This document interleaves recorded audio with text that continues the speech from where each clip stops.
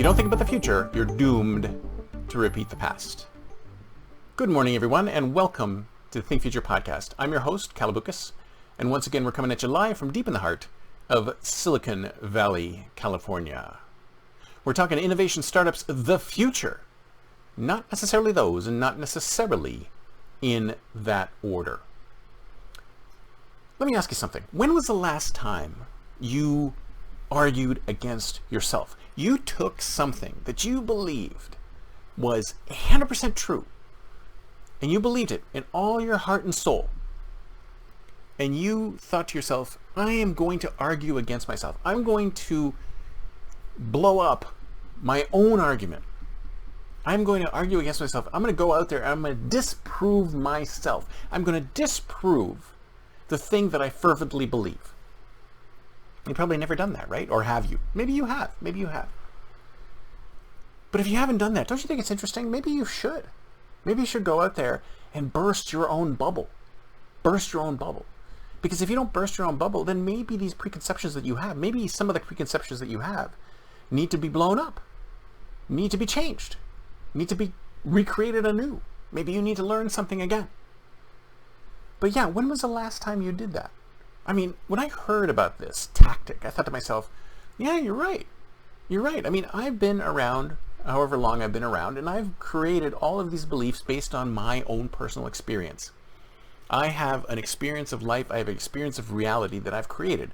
And when I see new things, I bring that experience of reality to my judgment of these new things, right?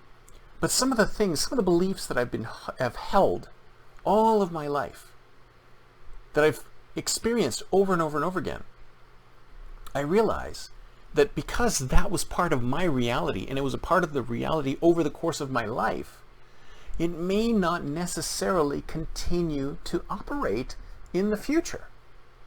Or it may not consistently be the reality of where we're going or where I'm going. Some of the long-held beliefs that I have now may be no longer valid.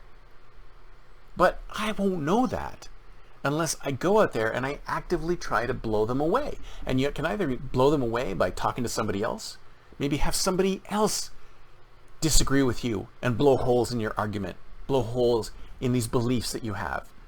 Or if you want to be easier on yourself, go out there and find alternative sources, alternative opinions, and go out there and learn about different ways to do these things. Learn if what you've been thinking all of this time doesn't apply anymore. Maybe it doesn't apply anymore. Maybe you need to learn anew.